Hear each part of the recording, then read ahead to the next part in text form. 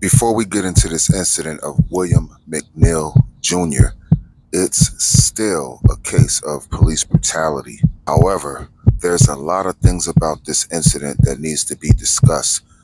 Let's talk about it. Yes, sir. Is there a reason why you're popping the door open like that? Is there a reason that you're pulling me over? Yeah, absolutely. There's a reason why I'm pulling you over. For one thing, inclement weather, you don't have your lights on. Two things, you're not wearing your seatbelt. It's daylight. I don't need the lights. And it's not weather. It's not raining. Oh, this is inclement. It's not raining. Okay, I'm not arguing with you. I'm telling you why I'm pulling you over. Now, see, the officer told him you didn't have your headlights on and you wasn't wearing the seatbelt. Now, whether you felt like that was some bull crap, he did tell you exactly why he pulled you over. By dude giving him all of that sass and all that sass mouth, that right there was uncalled for.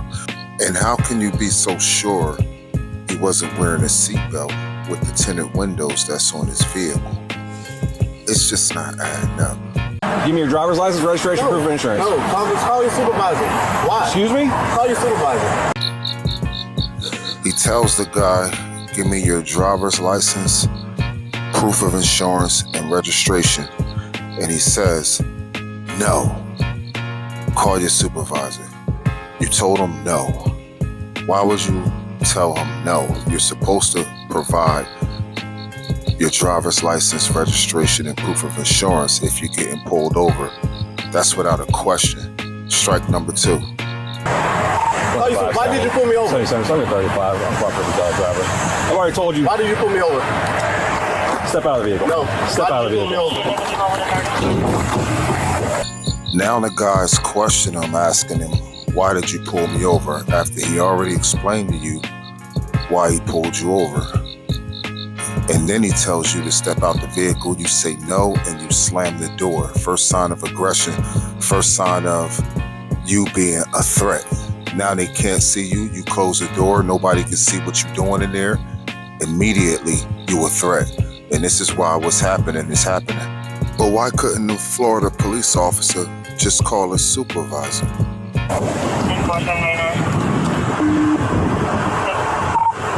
25 seconds. For 9-4, the driver just slammed the door and locked it. Cool. I've already told you.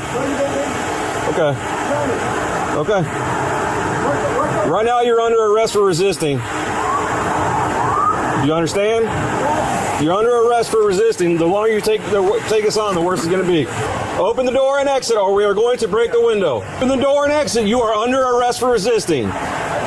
Open the door and exit. You are under arrest for resisting. He clearly told you to open up the door. You are under arrest for resisting, and you say things like, no. Repeatedly asking the officer, why did you pull me over? When he told you, the officer even gave you the benefit of the doubt. He's repeated himself. They don't really have to keep on repeating themselves like that. The officer repeated himself, and you refused to open up the door. He told you you are under arrest for resisting. Okay, maybe you wasn't wrong with the headlight or your seatbelt, but at this point, you're under arrest for resisting, and you're still refusing to get out the vehicle. How about that?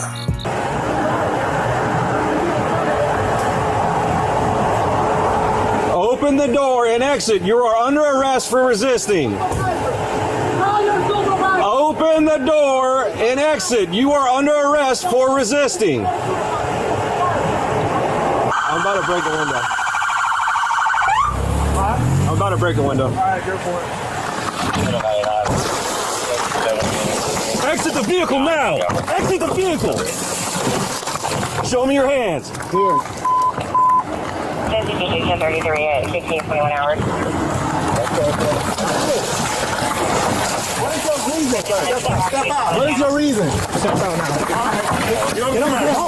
No, don't touch it. Get on the ground.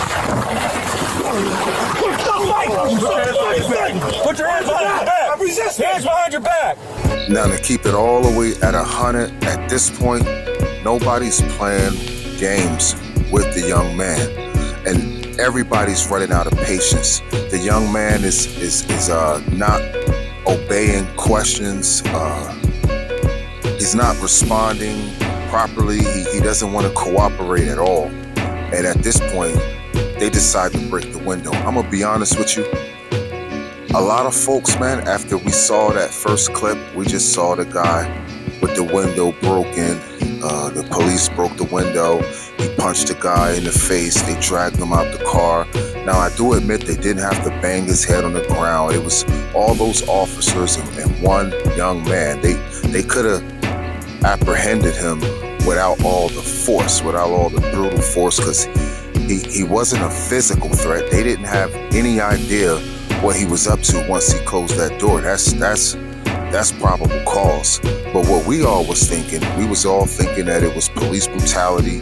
He's about to get paid. This is a clear problem that a lot of us deal with, especially minorities who doesn't understand how to deal with authority figures like the police. You know what I'm saying? For one thing, you want to be calm, cool, and collected. You know what I'm saying? You don't want to be disrespectful. This guy was being sassy, you know what I mean? You know, he was just giving the police officer a hard time, and it quickly escalated. None of that could have happened. None of that had to happen at all had he just acted accordingly and hand the man his credentials, his license, registration, and proof of insurance. You know, worst case scenario, he probably would have got a ticket.